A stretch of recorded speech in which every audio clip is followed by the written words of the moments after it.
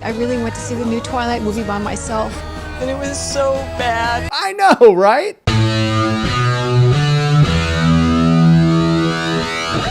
The Twilight Saga Breaking Dawn Part 1. We're almost there. Now we're going to talk about the movie because I had the pleasure of seeing it. Which is interesting. You may think that I go into these movies going, all right, I'm going to shred this movie apart. Which I know that's what you guys want to see, but every time I'm going to one of these movies, I'm always like, all right, this might be the movie that changes my mind.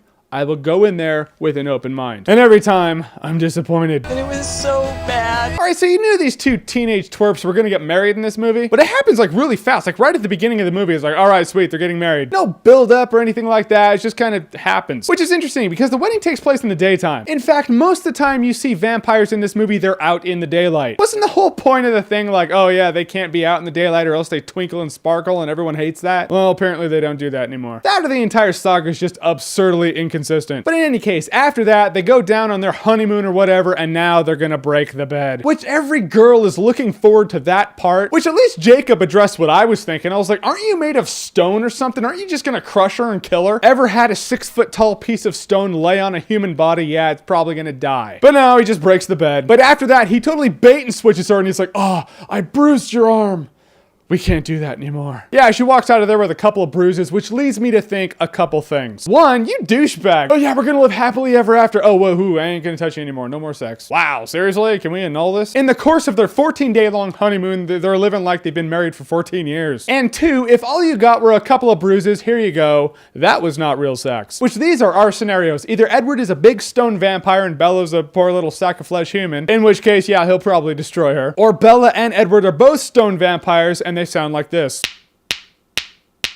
I don't know, maybe he's like one of those slow and sweet kind of guys, so it's like, yes, ladies, this is the reality that your brains have not let you accept. It is this stupid.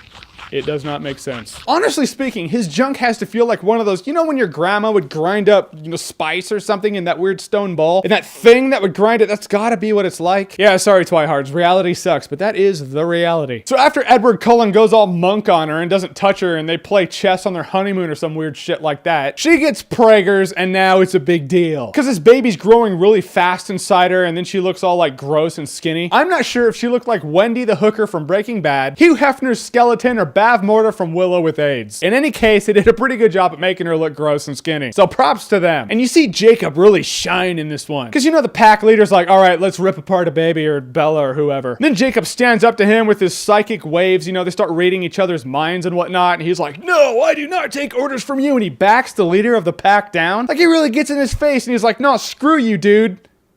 Then he runs off. Whoa, seriously? You back down the pack leader. Everyone knows if you're gonna do that, kill it off with a hit. Beat his ass. You don't talk shit and then run away. Anyone who talks shit like that and then runs away is an internet troll. Jacob is an internet troll. I really don't like their acting either. They're not good actors. Lautner still makes that same face. You can tell him anything. It's like, oh, hey, Taylor Lautner, Bella's gonna die. He makes this face. Or, hey, dude, you won the lottery. You have $19 billion.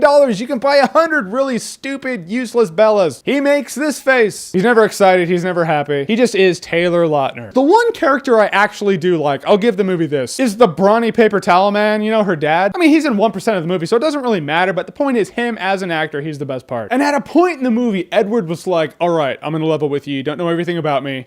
I have killed people, back when I was first a vampire. Yeah, no shit. When a dude says, hey, I'm a vampire, the first thought that should go through the girl's head is, well, that means at one point in your life, you were a murderer, right? Yeah. Not Bella's, no. And he feels bad because he was like, I killed criminals, I'm a bad person. Dude, Bill Compton drip-dried the old creepy uncle and threw him off of a cliff into a river. Bella, go down to Bon Tom, trade up for a real man or vampire. And then when they're at the Cullen household dealing with the teen pregnancy and whatnot, Edward's like, oh, I could read her thoughts. She's like you.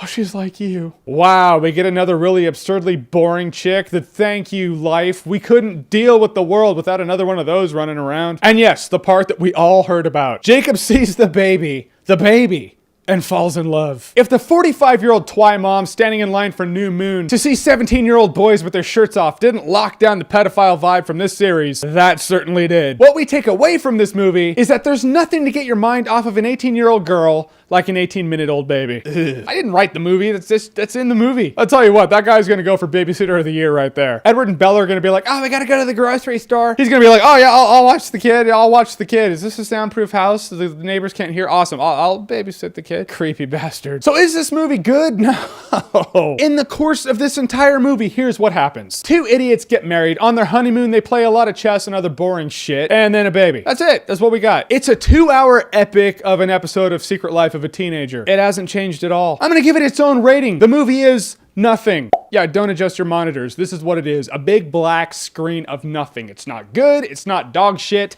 It is black screen of nothing. That's all I'm prepared to give it. However, if you get pulled into Twilight somehow, when the big stone vampire is laying on the poor girl about to crush her, in the auditorium, out loud, just say, "Skin on skin, let the love begin." You do that, you have a commitment to comedy that I admire, because that is comedy. The best part is it's almost over. I feel like Harry Potter in the Deathly Hallows Part 2, where he's crawling, he's like, oh God, we're almost there. Twilight fans are going to defend this movie to their death. Fact remains, it's just still not good, except for Brawny Paper Towel Man. It's probably the mustache. In any case, if you like what you've seen here and you want to see more, click right here to see more.